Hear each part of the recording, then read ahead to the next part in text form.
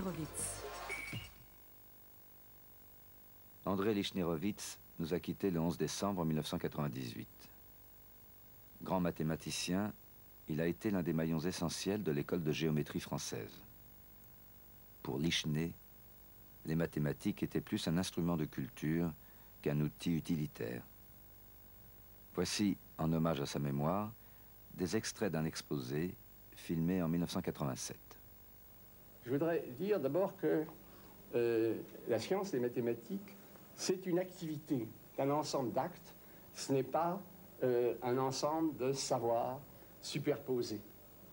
Chaque fois qu'on a une idée nouvelle, elle est en même temps, comme disait Bachelard, réorganisation de toutes les idées anciennes, ensemble.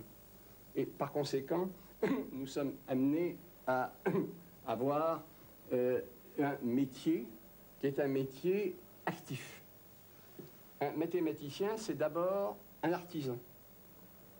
Au fond, apprenant en se cognant lui-même contre son propre esprit une humilité nécessaire.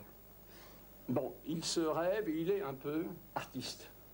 Car l'activité d'un mathématicien, je pense que si mes collègues de neurophysiologie prenaient les électroencéphalogrammes, ils ne verraient aucune différence entre un mathématicien travaillant et un compositeur de musique, par exemple. C'est le même type d'activité. Le dernier mathématicien, probablement, qui connaissait toutes les mathématiques de son temps, c'est Henri Poincaré. Depuis Henri Poincaré, je pense que c'est devenu impossible et il n'y en a plus. Mais ce que je dis est différent. C'est qu'un mathématicien ne connaît pas, il a tendance à être de moins en moins érudit, il ne connaît pas toutes les mathématiques de son temps, ce n'est pas son problème. Mais il a les clés qui permettent, avec ses concepts, ses structures, etc., de se réorienter très vite d'une branche des mathématiques à une autre, puisqu'il y a homogénéité du point de vue des méthodes, etc., entre ces choses. Et il le fait très souvent.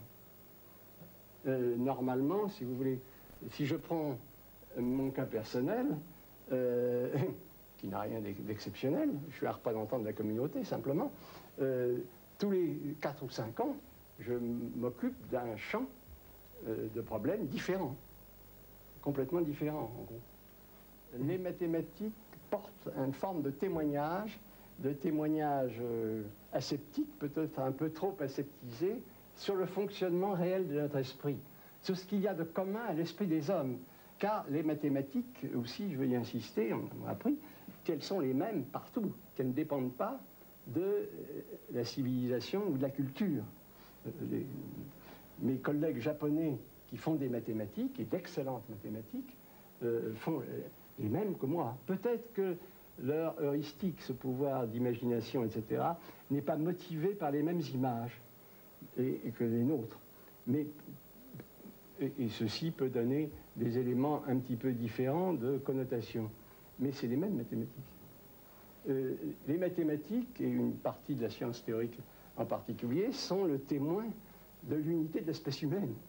Nous sommes condamnés à être un, car à la différence, il y a unité de la science, et en particulier unité des mathématiques, face à une diversité des cultures, et les rapports réciproques sont très intéressants à étudier.